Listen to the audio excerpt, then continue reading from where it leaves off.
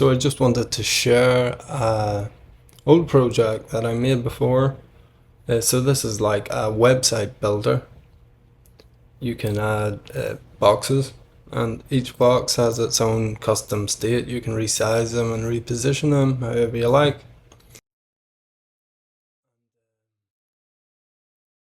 As I said, each one has its own state, and you can add different code into each one.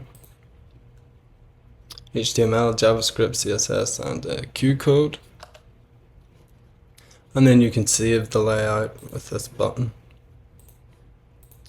You can load layouts that you created before.